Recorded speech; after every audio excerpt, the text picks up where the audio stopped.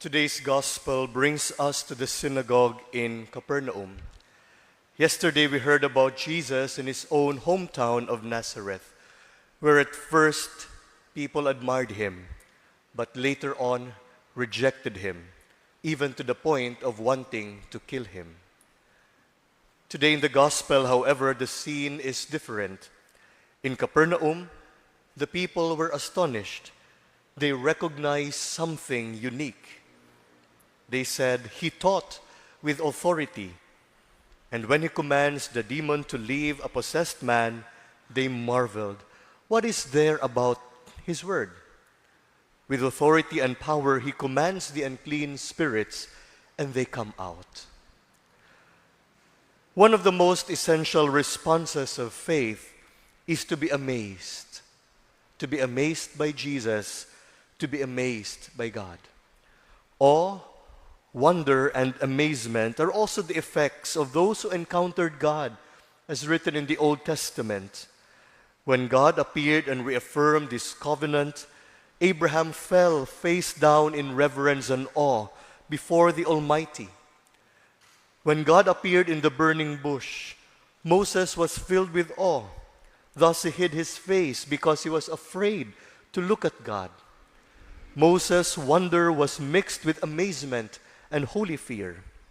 And when God descended on Mount Sinai to reveal himself to the Israelites, it was accompanied with thunder, lightning, trumpet blast, and smoke.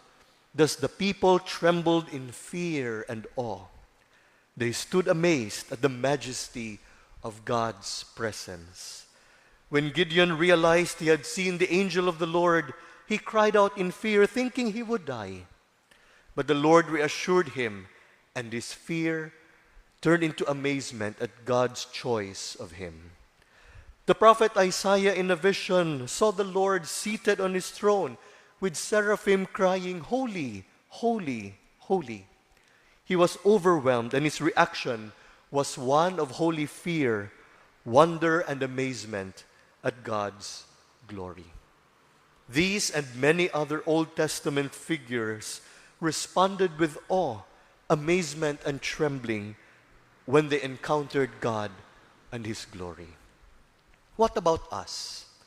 It is good to look back at those first moments when faith became real for us.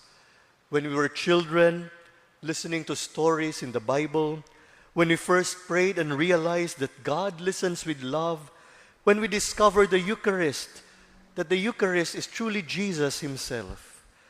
That sense of amazement and awe is often what draws us closer to the Lord. But over time, there is a danger. We can lose our sense of wonder. The extraordinary can become ordinary. Prayer can feel routine. The Eucharist can be taken for granted. Even us priests, religious, and committed lay people are not immune to this.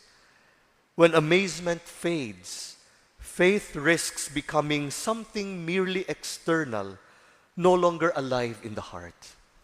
Yet real faith is always marked by childlike wonder, by astonishment before the living God who speaks in the Scriptures, who listens in prayer, who feeds us in the Eucharist, who forgives us in confession, who still works wonders in our lives. Brothers and sisters, today the Lord is inviting us to pray, that we may not lose our holy awe before him. We ask him to help us to become astonished anew every day by his love and by his presence. God, who always desires to draw us closer, will surely answer our humble prayer. May we, like the people of Capernaum in today's gospel, never cease to marvel. What is there about his word?